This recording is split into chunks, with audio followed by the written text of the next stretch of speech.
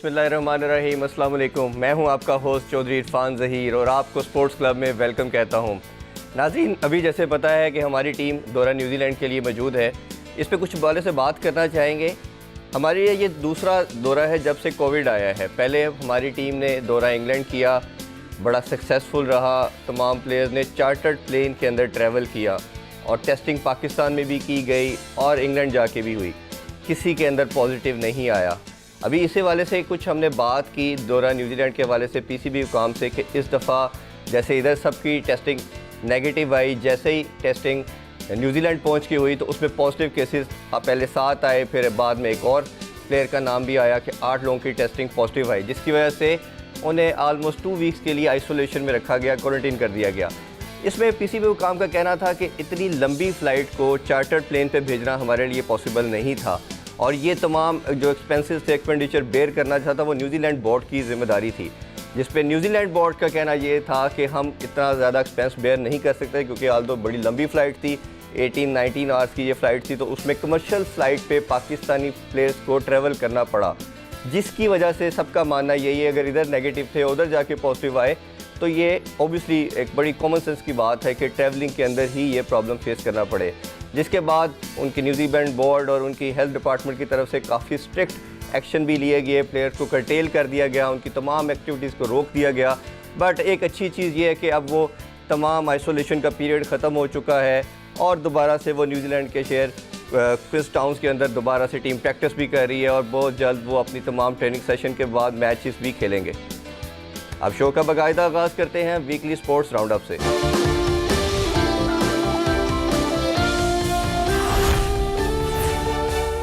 Weekly sports round up में सबसे पहले बात करते हैं दौरा न्यूजीलैंड के हवाले से। पाकिस्तानी टीम ने अपनी आइसोलेशन ख़त्म की, नेट प्रैक्टिस का आगाज़ हुआ, जिसमें कोई अच्छी खबर नहीं है अब पाकिस्तान के लिए, क्योंकि पाकिस्तानी जो कैप्टन है बाबर आजम वो T20 सीरीज़ में आउट हो चुके हैं। उसकी रीज़न ये बनी नेट प्रैक्टिस के अंदर उनके थंब पे बॉल लगी और वो फ्रैक्चर का शिकार हो गए, जिसकी वजह से डॉक्टर ने उनको 12 दिन के लिए रेस्ट का कहा है। वो आल्दो अपनी दूसरी फिज़िकल एक्टिविटी तो कंटिन्यू रखेंगे बट वो मैचेस तीनों नहीं खेल पाएंगे। उनकी जगह जो कैप्टनसी है वो शादाब खान करेंगे। उनके हवाले से भी ज़राए ने यह बताया कि वो भी मुकम्मल फिट नहीं है, आल्दो वो बैटिंग तो कर रहे हैं बट बॉलिंग में उनको कुछ टच आ रहा है। उसके साथ साथ जो ओपनर इमामुल हक भी हैं, जो पाकिस्तान शहीन की तरफ से 4 रोज़ा मैच खेलना था, वो भी अनफिट हो चुके हैं, उनको भी थंब पे फ्रैक्चर आया है। तो ये कुछ खुशाइन चीज़ नहीं है, पर्टिकुलरली बाबर आजम का टीम के शामिल ना होना, क्योंकि आल्दो वी ऑल नो कि वो बेस्ट बैट्समैन भी हैं, एक बड़ा सेटबैक है। जी, अब कुछ बात करते हैं Australia versus India T20 series के हवाले से। इसमें लास्ट मैच प्रॉब्ली ट्यूसडे को खेला गया, जिसमें ऑस्ट्रेलिया ने पहले बैटिंग करते हुए 187 का टारगेट दिया इंडिया को। वो चेज़ करते हुए 174 रन स्कोर कर सकी और 12 रन से ऑस्ट्रेलिया तीसरा जो T20 था अपने नाम कर लिया। इससे पहले हम बात करें तो जो ODI सीरीज़ थी वो ऑस्ट्रेलिया ने 2-1 से अपने नाम की थी और T20 सीरीज़ इसी तरह से मिलरली 2-1 से भारत ने अपने नाम की। अब उसके अलावा जो इनकी टेस्ट सीरीज़ का आगाज़ है वो 17 दिसंबर से आगाज़ होगा। जी, अब कुछ बात करते हैं टेस्ट सीरीज़ के हवाले से। न्यूजीलैंड वर्सेस वेस्ट इंडीज़ की टेस्ट सीरीज़ जारी है। दूसरे टेस्ट के अंदर न्यूजीलैंड ने पहले बैटिंग की, 460 रन स्कोर किए। इसमें बैटिंग की जो ख़ास बात थी वो हेनरी निकोलस के 174 रन की इनिंग्स, शानदार इनिंग्स उन्होंने खेली। वेस्ट इंडीज़ ने पहले इनिंग्स के अंदर 131 रन स्कोर किए और फॉलो उनका शिकार हो गए। सेकेंड इनिंग्स में उनका अभी जो स्कोर है वो 244 और 6 खिलाड़ी आउट हो चुके हैं और स्टिल 85 रन का ट्रेल अभी रहता है। इसी तरह पहले टेस्ट मैच के अंदर भी न्यूजीलैंड ने आसानी से एक इनिंग्स और 134 रन से इनको शिकस्त दी थी। अब पाकिस्तानी क्रिकेट के हवाले से बड़ी खुशाइन खबर, 14 साल बाद साउथ अफ्रीकन टीम पाकिस्तान का दौरा करेगी। दौरे का बाकायदा आगाज़ 26 जनवरी से होगा। पहला टेस्ट मैच कराची में खेला जाएगा, दूसरा टेस्ट मैच 4 फरवरी को रावलपिंडी स्टेडियम में होगा और उसके बाद 3 T20 मैचेस लाहौर में खेले जाएंगे। ये एक बहुत बड़ी अचीवमेंट है पीसीबी की, जिस पे हम एक्नॉलेज भी करते हैं, उनको अप्रिशिएट भी करते हैं, क्योंकि जिस तरह कंटिन्यूसली पहले PSL हुआ और फिर जिम्बाब्वे की टीम आई और एक मोमेंटम गेन कर रही थी पीसीबी, इसके साथ साथ हमने देखा कि अब बड़ी टीमें ने भी आना शुरू कर दिया है। अभी रीसेंट अपडेट यही है पीसीबी की जानिब से कि इंग्लैंड की टीम, न्यूजीलैंड की टीम और वेस्ट इंडीज़ की टीम भी इसी साल पाकिस्तान का दौरा करेगी और ये क्रिकेट के लिए, पाकिस्तानी शायकीन के लिए बहुत बड़ी न्यूज़ है। जी, आपने वीकली स्पोर्ट्स राउंड अप देखा। अब हम बढ़ते हैं अपने नेक्स्ट सेगमेंट गेस्ट कॉर्नर की जानिब।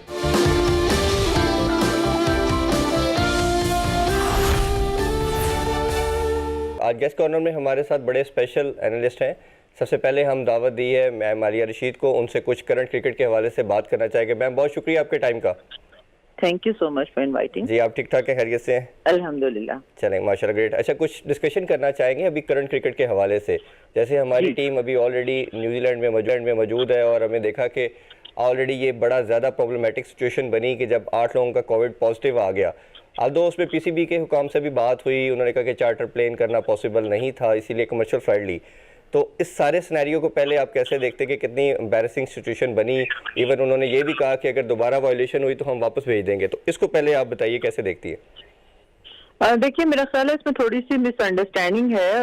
एक तो यहाँ से नेगेटिव जब आए हैं सबके रिजल्ट्स, उसके बाद फौरी तौर पे 24 तारीख को यहाँ जाते हैं और 26 तारीख को वहाँ 6 प्लेयर्स के पॉजिटिव आ जाते हैं, तो वो जाहिर है कि वो उस पर एक सवालिया निशान बनता है। लेकिन एट द सेम टाइम हम इसको मिस नहीं कर सकते कि चूंकि प्लेयर्स जो हैं वो कमर्शियल फ्लाइट से गए हैं, आधे लोग जो हैं वो इकोनॉमी में थे, बाकी फर्स्ट क्लास में थे और आपस में वो मिलते रहे हैं। फिर उन्होंने 2 जगह जो है वो उनको कनेक्टिंग फ्लाइट्स लेनी थी, तो जाहिर है उसके लिए काफी घंटे उनको कोलालमपुर में और दुबई में वेट करना पड़ा। तो इसमें ये वायरस ऐसी चीज है ना, आपको पता ही, आप देख रहे हैं कि किस तरह तेजी से फैल रहा है और उसमें आप कोई गारंटी नहीं दे सकते कि ये किसको लगेगा और किसको नहीं लगेगा, तो कौन सफर कर सकता है। तो मेरा ख्याल है कि ये इनएविटेबल था कि होना ही था, जिस तरीके से हम लोग गए थे और इतना लंबा सफर था, तो ये चीजें हुई। मगर उसके बाद जो वहां जाके थोड़ी सी कंफ्यूजन जो फैली है, वो मेरा ख्याल है कि ऐसी है जिसपे क्रिकेट बोर्ड का यही ख्याल है कि वो जो फौरी तौर पे लड़के अपने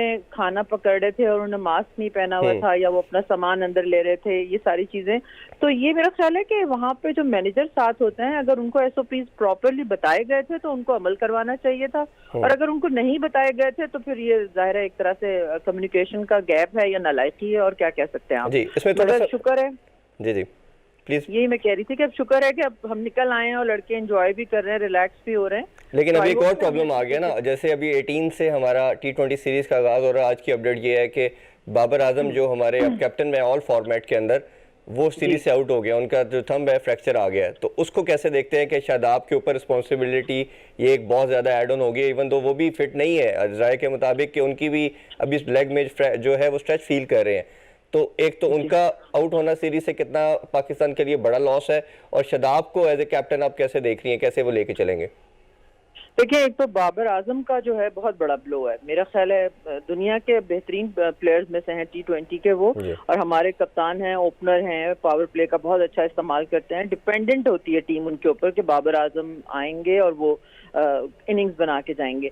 तो अब उसके बाद बहुत बड़ा ये धचका लगा है।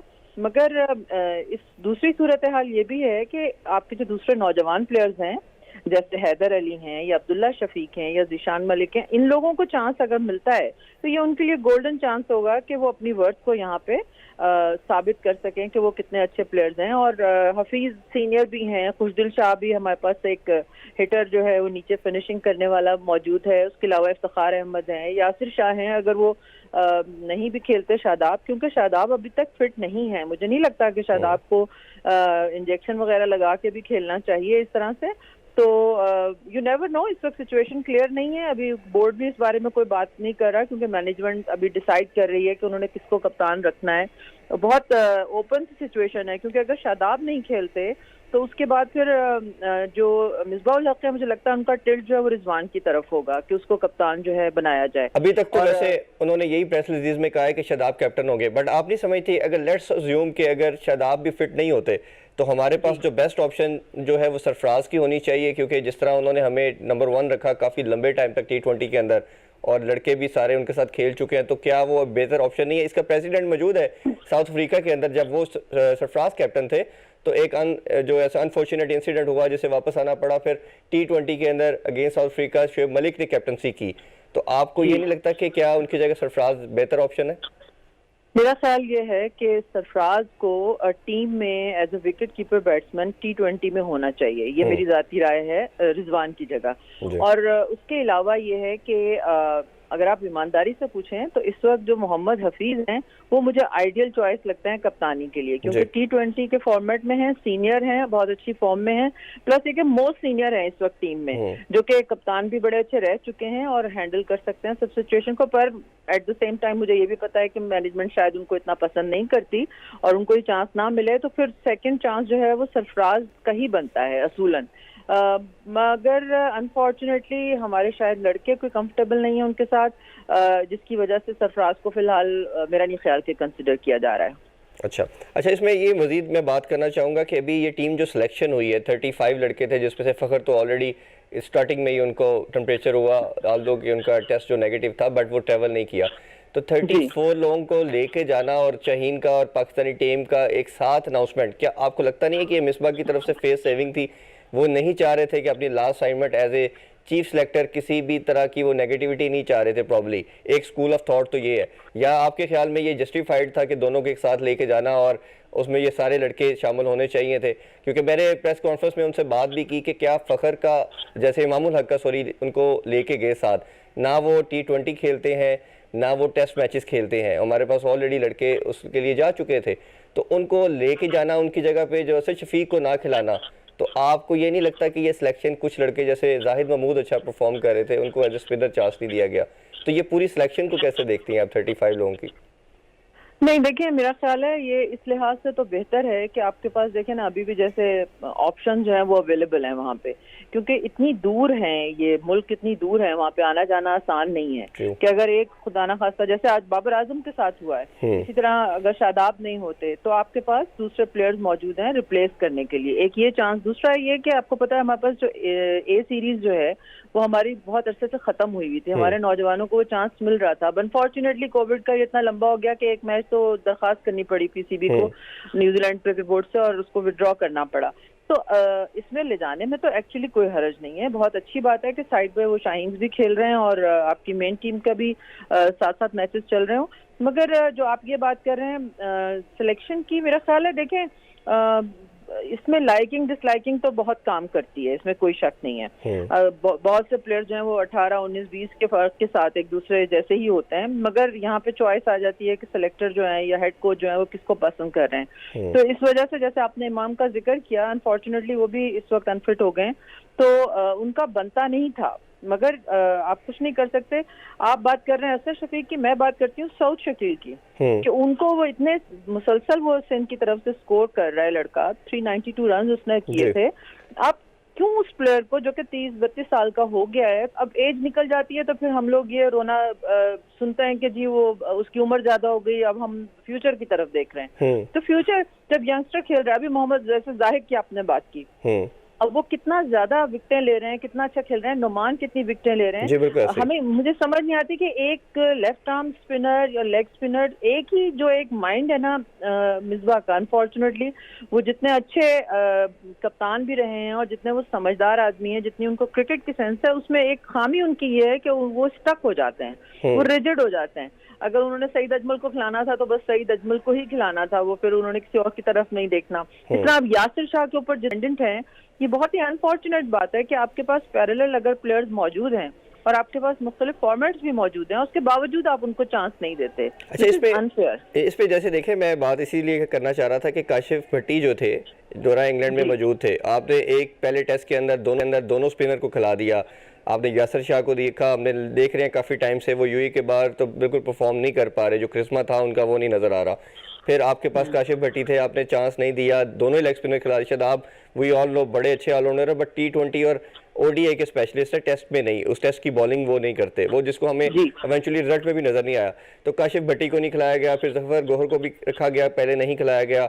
एक लकीली अपॉर्चुनिटी बन गई उस्मान कादर के लिए, वो जो खेल के जिम्बाब्वे के खिलाफ, शायद वो ये भी कहा जा रहा है कि वो बाबर के बड़े अच्छे फ्रेंड है, इस वजह से उनको अपॉर्चुनिटी मिली। तो ये सारा कैसे देखते हैं कि सिलेक्शन किसके हाथ में है, मिसबा ऑल इन ऑल है या बाबर का भी कुछ इस पे आउटपुट है सारी चीज़ों में? नहीं, देखिए, इस चीज को हमें बड़े वाज़ेह तौर पर समझना चाहिए कि बाबर आजम जो हैं वो बहुत ज्यादा कोई हेड डाउन करके हर चीज एक्सेप्ट करने वाले प्लेयर कप्तान नहीं होंगे, ना हैं ना होंगे। वो अपने आप को असर्ट करते हैं, वो mentally he is a strong man. और इसमें भी कोई शक नहीं है। मैं समझती हूँ कि जफर गौहर के साथ तो बड़ी ज्यादती हो रही है, पाकिस्तान टीम के साथ एक्चुअली ज्यादती हो रही है, मगर एट द सेम टाइम हम देखते हैं कि उस्मान कादिर जो हैं उन्होंने अपनी परफॉर्मेंस से मुतासिर जरूर किया है। बेशक हम ये समझते हैं कि वो उनके दोस्त हैं, वो जाहिर है आप दोस्त हों या जानते हों तभी होता है ये सब कुछ, कि सिलेक्शन में उसका जरूर इंटरफेरेंस होती है, मगर आप ये भी नहीं कह सकते क्योंकि परफॉर्मेंस तो उस्मान कादिर ने दी है, हालांकि वो उस लेवल के प्लेयर नहीं है और उनसे पहले जो प्लेयर्स परफॉर्म कर रहे हैं उनको पहले जगह मिलनी चाहिए, उनको ज्यादा चांस मिलना चाहिए। मगर इस बारे में आप कुछ भी नहीं कर सकते क्योंकि देखिए क्रिकेट बोर्ड के लोग या सहाफियों ने तो टीम नहीं सिलेक्ट करनी होती, टीम सिलेक्टर ने और हेड कोच ने और कप्तान ने मिलके ही सिलेक्ट करनी होती है। अब इस वजह से मुझे खुशी है कि अगर ये प्रॉपरली चीफ सिलेक्टर लेके आ रहे हैं और एक पुराने सिस्टम से एक अलहदा बनेगी चीफ सिलेक्टर और टीम बनेगी, सिलेक्शन कमेटी बनेगी जैसे रिवायती तौर पर काम करती रही है, तो वो ज्यादा बेहतर होती है क्योंकि उसमें कम से कम 3-4 लोग मुख्तलिफ दिमाग के होते हैं और वो अपनी अपनी राय देके किसी प्लेयर के ऊपर डिबेट भी कर सकते हैं। अच्छा, इसमें लास्टली पूछना चाहूँगा, बाबर आजम की कैप्टनसी को कैसे देखते हैं? जो मुझे नज़र आ रहा है कि हमने ये सिस्टम जो फॉलो किया because we follow the Indian cricket as well, क्योंकि मुझे लगता है कि वो शायद शुरू से हमारा दोनों कंट्री का जो सिस्टम है कि एक दूसरे को बहुत फॉलो करते हैं, क्योंकि वो अब थोड़ा सा हमें आगे नज़र आ रहे हैं गेम के अंदर। जो उनकी करंट क्रिकेट भी जो देख रहे हैं हम, उनकी लास्ट एक डेकेड से बड़ी वो एग्रेसिव क्रिकेट खेल रहे हैं, अभी ऑस्ट्रेलिया के खिलाफ भी वो बड़ी अच्छी क्रिकेट खेल रहे हैं। तो उसमें मुझे जो नज़र आता है कि विराट कोहली जैसे नंबर 1 बैट्समैन है, या स्मिथ थे पहले ऑस्ट्रेलिया के, या विलियमसन है, तो हमने उसी फार्मूले को फॉलो किया कि अच्छा हमारा जो बेस्ट बैट्समैन है वो बाबर आजम है, उसी को कैप्टन होना चाहिए। आपको नहीं लगता कि क्या हमें सरफराज एक ऐसी कमोडिटी थी जो लंबा टाइम सर्व कर सकते थे, चैंपियन ट्रॉफी भी जिताई, T20 में भी लंबा सर्व कर रहे थे, अच्छा कर रहे थे, ऑल्दो कि उनकी अपनी फॉर्म पे तो बिल्कुल डिबेट की जा सकती है कि वो खुद अच्छा परफॉर्म नहीं कर रहे थे, तो क्या आपको लगता नहीं है कि इतनी जल्दी बाबर पे रिस्पॉन्सिबिलिटी ऐड करना उनको नुकसान पहुंचा सकती है, टीम के लिए हो सकती है, क्योंकि वो हमारा एक मेन प्लेयर भी है, सबसे बड़ी मेन जॉब उनकी जो है वो एक शीट एंकर रोल जो प्ले करते हैं, जो मेन उनकी रिस्पॉन्सिबिलिटी हम देखते हैं कि वो टीम को जितवाना है, तो उसको सारा सिनेरियो को, कैप्टनसी को कैसे देखते हैं आप? देखिए, मेरा ख्याल है कि हमें जब हम इंडिया की मिसाल लेते हैं ना, तो हमें ये नहीं भूलना चाहिए कि कोहली के पीछे एक लंबा सफर जो है वो धोनी का है, ठीक है, और वो एक बाकमाल किस्म के कप्तान रहे हैं, मैच फिनिशर रहे हैं, मैच विनर रहे हैं, और उन्होंने जो कुछ साथ जो क्रिकेट बोर्ड है उसकी पॉलिसी बड़ी अच्छी रही, उन्होंने कोहली को साथ लगाया और वो आहिस्ता आहिस्ता ग्रूम होते रहे हैं और अब वो बड़े अच्छे तरीके से अपनी टीम को लेके चल रहे हैं। तो हम परसेप्शन की बात है, हम ये नहीं कर सकते कि किसी को आंख बंद करके फॉलो करें, हमें अपने जो पेक्यूलियर हालात हैं, हमारे अपने जो स्पेसिफिक किस्म की सिचुएशन है उनको देखना पड़ेगा। इसमें बाबर आजम को मेरा ये ख्याल है कि तीनों फॉर्मेट देख के इन्होंने बहुत जल्दी की है और उसके ऊपर प्रेशर लामहला पड़ेगा। अगर वो बहुत अच्छे प्लेयर हैं भी और वो इंशाल्लाह इसको अगर अपनी परफॉर्मेंस को मेंटेन भी कर लेते हैं, तब भी मेरा ख्याल है कि थोड़ा सा इनको एक फॉर्मेट में किसी और को कप्तान बनाना चाहिए था। सरफराज की जो है ईमानदारी की बात यह है कि सरफराज को T20 से हटाना उस वक्त जो है इतनी सीरीज जीतने के बाद वैसे ही नाइंसाफी है। अब उसकी वजूहात काफी सारी टीम के अपने अंदर पैदाशुदा थी कि लोग उनके साथ कंफर्टेबल नहीं थे, प्लेयर्स उनके खिलाफ हो गए थे, तो ये सिचुएशन हमेशा से पाकिस्तान के ड्रेसिंग रूम में रही है। यहाँ पे अगर थोड़ी लंबे पीरियड के लिए कोई कप्तान आ जाता है तो वो बहुत सारे मसाइल जो है वो पैदा होना शुरू हो जाते हैं, इसलिए पाकिस्तान में कप्तानी सिर्फ आप ग्राउंड में नहीं करते, ग्राउंड से बाहर ज्यादा करनी पड़ती है। लेकिन इसमें जो अनसर्टेन सिचुएशन पैदा कर दी है, जैसे एक टेस्ट देखा जाए तो सीरीज है, लेकिन इवेंचुअली तो वो जो पहला टेस्ट मैच इंग्लैंड से पाकिस्तान हारा और अजहर अली को जब इन्होंने कैप्टनसी दी टेस्ट मैचेस की, तो इनको कहा गया कि 2-2.5 साल तो ये हमारे ये प्लान के अंदर है पीसीबी ने, बट एक सीरीज या एक टेस्ट मैच के बाद उनको हटा दिया गया, तो ये क्या प्रेशर बिल्ड नहीं करेगा बाबर के ऊपर भी इसी तरह, क्योंकि एक चीज तो नजर आ रही है उनको भी। बिल्कुल, मगर हमें ये समझना पड़ेगा कि क्रिकेट बोर्ड जो है वो प्राइम मिनिस्टर के इशारे पे जो भी वो कहते हैं उनके हिसाब से उन्हें चलना पड़ता है। जाहिर है प्राइम मिनिस्टर साहब को कोई रिफ्यूज नहीं कर सकता, तो क्रिकेट बोर्ड अपनी पॉलिसियां बनाता रहता है, लेकिन उनको जब भी प्राइम मिनिस्टर की तरफ से कोई ऐसी चीज आती है, अजहर अली की कप्तानी पे जिस तरह से उन्होंने फील्ड फैला दी थी और जिस तरह वो नहीं आउट कर सके थे और उनके जो टेक्निकल डिसीजंस थे उनको अप्रूव नहीं किया गया, पीएम की तरफ से, तो उसके बाद ये फैसला तो लामहला करना पड़ा। अगर से ये बहुत ज्यादती है अजहर अली के साथ भी, क्योंकि आप एक लंबा रन तो दें किसी को, अगर आपने उसको उसके ऊपर एतमाद का इजहार किया है तो कम से कम आपको उसको लेके चलना चाहिए। इससे इनसिक्योरिटी और अनसर्टेनिटी पैदा होती है प्लेयर्स के अपने अंदर, वो काफी खतरनाक होती है। जैसे आपने खुद ही कहा अभी कि बाबर के भी तो जहन में ये बात रहेगी, यकीनन रहेगी कि अगर मैं 2 मैच हार गया तो ये ना हो, सीरीज हार गया तो ये ना हो कि मुझे भी हटा दिया जाए।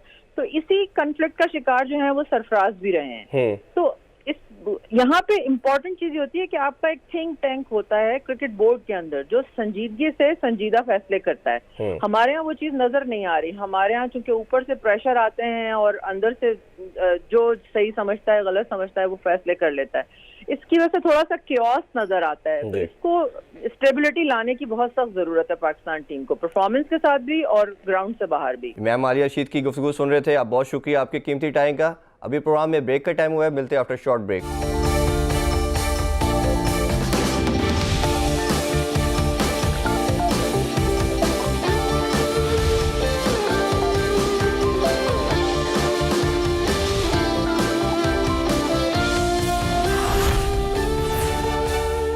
Welcome back after the break. अब हमारे साथ प्रोग्राम में मौजूद हैं सीनियर तजिया निगार माजिद भट्टी साहब। सलाम अलैकुम सर। जी वालेकुम अस्सलाम। जी सर, आपको इस टाइम रहमत दी, कैसे खैरियत से सर? जी जी अल्हम्दुलिल्लाह, फर्स्ट क्लास, आप ठीक से? अच्छा सर, अभी कुछ करंट क्रिकेट के हवाले से बात करना चाहेंगे। हमारी टीम ऑलरेडी जैसे हम जानते हैं कि न्यूजीलैंड मौजूद है और 14 डेज की आइसोलेशन का सामना करना पड़ा। अभी कैसे देखते हैं सारे सिनेरियो के, क्योंकि एक जो मोमेंटम था वो गेन नहीं कर पाई टीम। पहले कंटिन्यूसली एक रहा मसला कि 8 लोगों का कोविड पॉजिटिव आ गया और फिर इवेंचुअली जैसे अभी हम देख रहे हैं कि इंजरीज का सामना है। आज जैसे बाबर की एक न्यूज़ बड़ी एक सेटबैक मिला कि उनको फ्रैक्चर हो गया, वो 12 दिन के लिए अवेलेबल नहीं होंगे। साथ उसके मामूल हक का भी फ्रैक्चर हो गया। तो ये सारे सिनेरियो को कैसे देखते हो? और इसके साथ साथ हमें कोई अच्छी न्यूज़ शादाब के हवाले से भी नहीं आ रही कि ऑल्दो कि वो वाइस कैप्टन है और शायद कैप्टनसी करेंगे, बट उनको अभी भी स्ट्रेच आ रहा है टांग के अंदर। तो वो सारे देखते कैसे आप इस सिलसिलाकार को?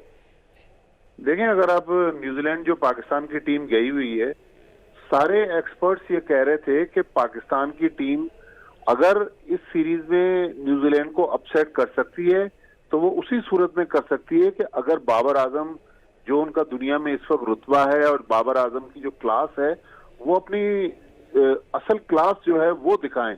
लेकिन आज जिस तरह बाबर आजम के अनफिट होने का हमने सुबह सुना, तो मेरा ख्याल में पाकिस्तान टीम बाबर आजम की मौजूदगी में भी फेवरेट नहीं थी। लेकिन अब बाबर आजम का अनफिट हो जाना तो मेरे ख्याल में पाकिस्तान टीम के लिए एक बहुत बड़ा धचका है। शायद अब पाकिस्तान टीम, मुझे तो जितनी तवक्कुआ थी वो उसी सूरत में थी कि अगर बाबर आजम T20 सीरीज खेलते, क्योंकि T20 ही ऐसा फॉर्मेट है जिसमें पाकिस्तान न्यूजीलैंड को टफ टाइम दे सकता था। अब बाबर आजम T20 सीरीज से बाहर हो गए, बल्कि मेरी इत्तला तो ये है कि जो उनकी इंजरी की नौयत है शायद वो, अब ये कंफर्म नहीं है, लेकिन ये भी इत्तलात है कि शायद बाबर आजम पहला टेस्ट मैच जब 26 दिसंबर को शुरू होगा उस वक्त तक फिट नहीं हो सकेंगे। फिर आपने खुद शादाब खान का कहा, शादाब खान अभी रिसेंटली जो हमने होम ग्राउंड पर जिम्बाब्वे की सीरीज देखी, तीनों वनडे मिस किए, तीनों T20 मिस किए। जब वो न्यूजीलैंड गए तो दोबारा उनके साथ फिटनेस के मसाइल हैं, तो शादाब खान जो हैं वो भी पाकिस्तान के लिए एक और धचका है। फिर इमामुल हक की इंजरी जो है वो भी उसी नौयत की है जिस तरह की बाबर आजम की इंजरी है। इमामुल हक चूंकि T20 तो नहीं खेलते लेकिन टेस्ट मैच का फॉर्मेट खेलते हैं, और अगेन इमामुल हक के बारे में भी ये इत्तलात हैं कि वो पहला टेस्ट नहीं खेल सकेंगे। तो मेरे ख्याल में पाकिस्तान क्रिकेट के लिए आज खासी बुरी खबरें आई हैं। लेकिन अब मसला ये है कि अगर बाबर आजम नहीं है, शादाब खान नहीं है, इमामुल हक नहीं है, तो फिर पाकिस्तान टीम की इस बड़ी सीरीज में कौन ये बोझ उठाएगा? मुझे तो बैटिंग लाइन में तो कम से कम बाबर आजम के बाद शायद कोई नया हीरो अगर हम डिस्कवर कर लें तो कर लें। अच्छा सर, मैं इसी हवाले से मेरा नेक्स्ट क्वेश्चन था कि अभी तो हमें जब से ये नई मैनेजमेंट आई है, हमें थिंक टैंक जो नया नजर आ रहा है, जो मिसबा एंड को है, कि टीम के अंदर किसी लड़के को 90% प्लेयर्स को नहीं पता होता कि हम नेक्स्ट मैच खेलेंगे कि नहीं। क्योंकि जैसे पहले मिकी आर्थर थे, या हमने देखा कि सरफराज के साथ टीम जल्द थी, 1-2 प्लेयर्स की चेंजिंग होती थी। इवन दो T20 और ODIs के अंदर भी ऐसा ही था, जो कि नॉर्मली होना भी ऐसे ही चाहिए, कोई भी अच्छी टीम इसी तरह परफॉर्म करती है। बट अब इस अनसर्टन सिचुएशन के अंदर जब आपका मेन प्लेयर और प्लस कैप्टन आपका तीनों फॉर्मेट का जो है वो नहीं है, तो कैप्टनसी का रोल में किसको देखते हैं? क्योंकि शादाब की भी अभी अनसर्टन सिचुएशन है कि वो खेल पाएंगे या नहीं खेल पाएंगे, तो आप किसको देखते हैं एज ए कैप्टन कि कौन ऐसा होना चाहिए प्लेयर? ट्राइडेंट टेस्ट तो मेरी नज़र में तो ऑब्वियसली सरफराज है, बट आप बताइए आप किसको देखते हैं कि जो इस सिनेरियो में टीम को जल्द कर सकता है, लेके चल सकता है? देखिए, आपने $1 मिलियन क्वेश्चन किया है कि मेरी नजर में तो इस टीम मैनेजमेंट और करंट क्रिकेट बोर्ड के जो बहुत सारे ब्लंडर्स है, सबसे बड़ा ब्लंडर यही था कि आपने सरफराज अहमद को तीनों फॉर्मेट्स की कप्तानी से हटा दिया। अगर आप आदाद शुमार देख लें, मैं शायद गलत कह रहा हूं, लेकिन आप उसकी आखिरी टेस्ट सीरीज में परफॉर्मेंस देख लें, आखिरी T20 सीरीज में परफॉर्मेंस देख लें और आखिरी वनडे सीरीज में परफॉर्मेंस देख लें, तो सरफराज को हटाकर बहुत बड़ा हमने एक ब्लंडर किया था। लेकिन जो मेरी इत्तलात है कि शायद करंट क्रिकेट बोर्ड अब सरफराज अहमद को एटलीस्ट कप्तानी के रोल में तो नहीं देखना चाहता। हालांकि मैं भी आपकी बात से बिल्कुल इत्तेफाक करता हूं कि अगर मेरिट पर किसी को जगह मिलती है कप्तान की हैसियत से तो वो सरफराज थे, लेकिन आपने बाबर आजम पर गैम्बल किया। अब बाबर आजम अनफॉर्चुनेटली आज अनफिट हो गए। देखिए, पाकिस्तान क्रिकेट में एक इस्तेलाह हम लोग बार बार यूज करते हैं कि दुल्हन वही जो पिया मन भाई। हमारे और आपके कहने से कोई फर्क नहीं पड़ता। अगर बाबर आजम तो चले अनफिट हो गए, खुदा न खास्ता शादाब खान भी T20 सीरीज में हिस्सा नहीं लेते, तो मेरा ख्याल में ये कप्तानी का बोझ जो है ये दे दिया जाएगा मोहम्मद रिजवान को, क्योंकि मोहम्मद हफीज वो भी पाकिस्तान क्रिकेट बोर्ड की जो मैनेजमेंट है उनकी नजर में इतने पॉपुलर नहीं है। शोएब मलिक को हमने पहले टीम से बाहर कर दिया। बल्कि ये भी मैं आपके सुनने वालों को एक चीज शेयर कर दूं कि अगर पाकिस्तान टीम ने कोई बहुत बड़ा डिजास्टर नहीं किया अगली चंद सीरीज में, तो जो मेरी इत्तलात है, जो मुझे सुनने में आ रहा है कि अब शायद शोएब मलिक का भी कैरियर खत्म हो गया है। मोहम्मद आमिर जिस तरह आज उन्होंने वकार यूनुस से भी सोशल मीडिया पर हेड ऑन होने की कोशिश की है, तो मेरी इत्तलात तो यही है कि मोहम्मद आमिर भी अब पाकिस्तान की इस टीम में नजर नहीं आएंगे। हाँ, देखिए, पाकिस्तान क्रिकेट में पाकिस्तान के जिस तरह सियासत में फैसले होते हैं उसी तरह क्रिकेट में होते हैं कि कोई चीज हतमी नहीं है। आज मैं कह रहा हूँ, हो सकता है कि कल बहुत बुरा टीम परफॉर्म करे, फिर मीडिया का प्रेशर पड़े। अच्छा, हमारे साहब ये बताइए कि ये थिंक टैंक जो चेंज हुआ सारा, जैसे मिसबैंड को वकार यूनुस, और वकार यूनुस तो मल्टीपल टाइम हम ट्राइड एंड टेस्टेड है, कैप्टनसी के रोल में हमने देखा कि वो फ्लॉप रहे। सबसे बुरी परफॉर्मेंस रही पाकिस्तानी टीम की। जब वो एज ए हेड कोच 2 दफ़ा आए तो टीम ने कोई ऐसा परफॉर्मेंस नहीं प्रोवाइड की। अब वो एज ए बॉलिंग कोच है, बट जो लोग हैं जो इस चीज़ को समझते हैं वो कह रहे हैं कि मिसबा के पीछे भी डिसीजन के 90% जो रोल होता है, ये एडवाइस होती है, वो कार की होती है। तो आप इसको कैसे देखते हैं कि ये जो थिंक टैंक है ये एक लिमिटेड स्लॉट में चलती है, टीम का कम्बिनेशन नहीं बन पा रहा, 1 साल से ज़्यादा का टेन्योर हो गया इनको लेके चलते हुए? इस सारे, जैसे अभी मैं बात कर रहा था मैं मालिया से कि असद शफीक आल्दो परफॉर्म नहीं कर रहे, वो ऑल नो, लेकिन बेंच स्ट्रेंथ 35 लड़के जा रहे हैं आपके, तो क्या 35 लड़कों में असद शफीक का होना नहीं बनता था आपका? जैसे हमने देखा कि मामूल हक T20 और टेस्ट भी नहीं खेलते, और ऐसे प्लेयर को जो सिर्फ ODI खेलते हैं, तो ये क्या ज्यादती नहीं हो रही? स्पिनर की भी हमने बात कर रहे हैं कि जायद महमूद जो अच्छा परफॉर्म कर रहे थे, स्पिनर हमें कोई अच्छा आ नहीं रहा। काशिफ भट्टी को एक सीरीज खिलाई गई, उसके बाद उनको कोई मैच नहीं खिलाया गया आल्दो, लेकिन ट्रैवल किया, फिर बैठा दिया। जफर गौर के साथ भी पहले हो चुका है। तो ये सारे कम्बिनेशन और ये मैनेजमेंट है, इसका कैसा रोल देख रहे हैं आप? देखिए, मैं आपकी इस बात से इत्तेफाक नहीं करता कि मिसबाह-उल हक जो हैं उनको वकार यूनुस चला रहे हैं। हाँ, वकार यूनुस उनको मशवरे जरूर देते हैं, लेकिन अब मिसबाह-उल हक का खुद इतना बड़ा मकाम है, अगर वो किसी के गलत मशवरे कबूल करेंगे तो देखें, अगर नाकामियां मिसबाह-उल हक के हिस्से में आएंगी तो फिर वकार यूनुस तो नहीं उनको प्रोटेक्ट कर सकेंगे। तो मेरे ख्याल में मिसबाह-उल हक खुद ही फैसले करते हैं। लेकिन देखिए, मिसबाह-उल हक भी एक सोच का नाम है। जब वो पाकिस्तान टीम में एज ए बैट्समैन खेलते थे या जब कप्तान आए तो एक क्लियर उनका माइंडसेट हमें नजर आता था, वो उसके तहत टीम को लेके चलते थे। कभी टीम फंसी हुई होती थी तो मिसबाह-उल हक उस टीम को निकाल लेते थे, कभी टीम हार जाती थी। तो वकार यूनुस का मेरा ख्याल अपना रोल है, मिसबाह-उल हक अपना रोल प्ले कर रहे हैं। लेकिन ये भी एक बड़ी अनहोनी दुनिया में बात है कि एक ऐसा प्लेयर जो किसी टीम का 2 बार हेड कोच रहा हो, अब वो लोअर पोस्ट पे आ गया बॉलिंग कोच। तो वकार यूनुस जो दुनिया में इतना बड़ा नाम है, उसने मिसबाह-उल हक की अंडर में बॉलिंग कोच बनना कबूल किया, ये मुझे समझ में नहीं आ रहा। तो यही सर, यही इधर से आपने खुद ही इसी क्वेश्चन का आंसर में ही आपको फिर अगेन क्वेश्चन आ जाता है कि रोल के जो एक हेल्म अफेयर कुछ लोग समझते हैं जो चीज़ों को डील कर रहे हैं, वो यही बात कर रहे हैं कि आप एक सबॉर्डिनेट बनना एक ऐसे बंदे का जिसका आप हेड कोच रहे, वो आल्दो उस टाइम पे मिसबा कैप्टन थे, तो अब उनके नीचे आके काम करना एक बड़ी मुश्किल चीज़ थी, क्योंकि उनकी बातों को वैल्यू दी जा रही है, उनकी बातें सुनी जा रही हैं, सिलेक्शन के अंदर उनका काफ़ी रोल है। इसी वजह से कहा यही जा रहा है कि वो उन्होंने इस जॉब को एक्सेप्ट किया हुआ है, क्योंकि लड़के उनकी मर्जी से खेले जाते हैं, इवन जो टीम ग्राउंड में उतरती है। तो आप ये as a new captain Babar को भी कैसे देखते हैं कि क्या वो इन दो सीनियर लोगों का भी प्रेशर बेयर कर पाएगा, क्या वो अपनी बात को मनवा सकेगा?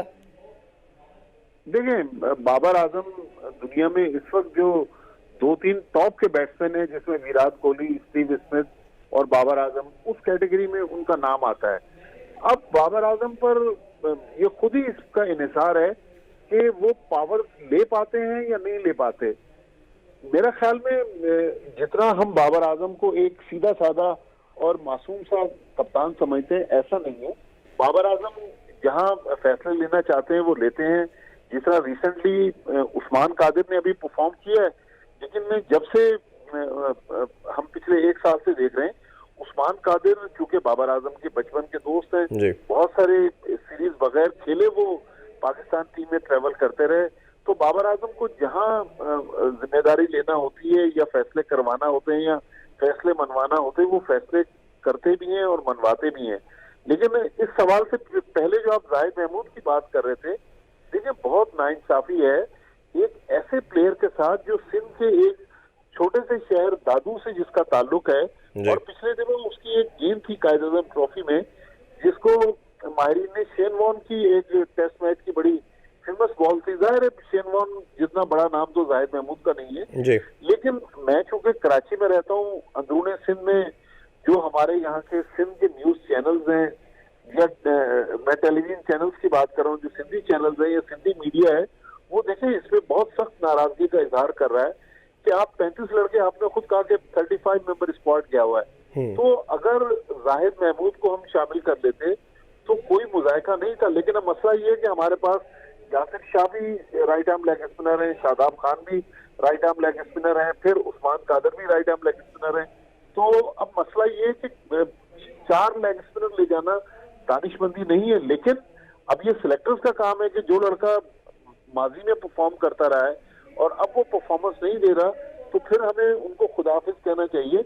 लेकिन मेरे ख्याल में इंसाफ के तकाजे यही है कि जब हम कहते हैं कि हम अपने डोमेस्टिक क्रिकेट में क्वालिटी क्रिकेट ले आए और हमने ऑस्ट्रेलिया का निजाम लाने की कोशिश की है, लेकिन जो इंसाफ के तकाजे सिलेक्शन में है वो मेरा ख्याल अभी तक हम पूरा नहीं कर रहे। लास्ट में मैं आपसे पूछना चाहूंगा कि जो ब्रांड ऑफ क्रिकेट हम खेल रहे हैं, जैसे चैंपियन ट्रॉफी हमने जीती, ये बड़े सरफराज की कैप्टनसी में हमें वो रोल नजर आया कि हमने थोड़ी एग्रेसिव क्रिकेट खेली।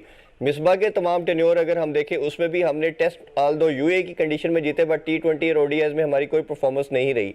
तो अब जो करंट मैनेजमेंट है, ये तो है तो सारी वही जो एक सर्टन ब्रांड ऑफ क्रिकेट की शेल के अंदर रहती है, ये एग्रेसिव क्रिकेट नहीं खेलती। जैसे मिसबा का हम नाम लें या वकार का नाम लें, तो ये एक तरह की स्टोच वाले लोग हैं।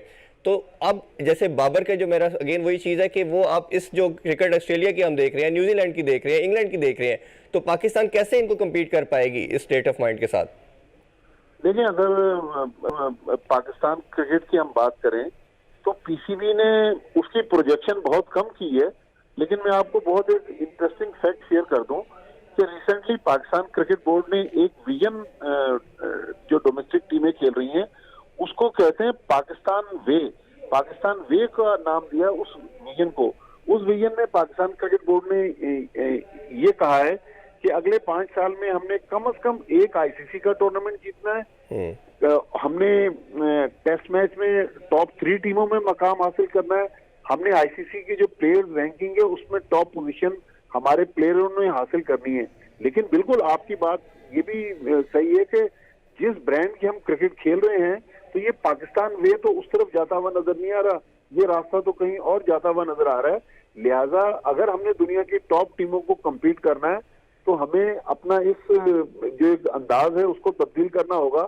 लेकिन मेरे ख्याल 2021 जो नया साल शुरू हो रहा है, ये बहुत सारे पाकिस्तान क्रिकेट में बहुत सारे लोगों के मुस्तकबिल का फैसला करेगा क्योंकि पाकिस्तान ने साउथ अफ्रीका को होस्ट करना है, उसके बाद न्यूजीलैंड की टीम ने पाकिस्तान आना है, इंग्लैंड की टीम ने वेस्ट इंडीज का भी पाकिस्तान आना है, वेस्ट इंडीज की टीम ने पाकिस्तान आना है, और बहुत सारे फॉरेन टूर्स भी पाकिस्तान टीम ने करने जी। हैं। तो अगर पाकिस्तान टीम 2021 में जितनी सीरीज खेलेगी अगर उसमें तवक्कुआत पूरा नहीं कर सकी तो मेरा ख्याल फिर हमें अपने नए ऑप्शंस की तरफ बढ़ना होगा, क्योंकि 2023 का जो वर्ल्ड कप होगा वो बिल्कुल सर पर आ चुका जी। होगा। बहुत शुक्रिया सर आपके इनका। नाज़रीन, आपने दोनों मेहमानों की गुफ्तगू सुनी। होपफुली आपको शो आज का पसंद आया होगा। इंशाल्लाह मुलाकात होगी आपसे नेक्स्ट वीक। अपना ख्याल रखें। अल्लाह हाफिज़।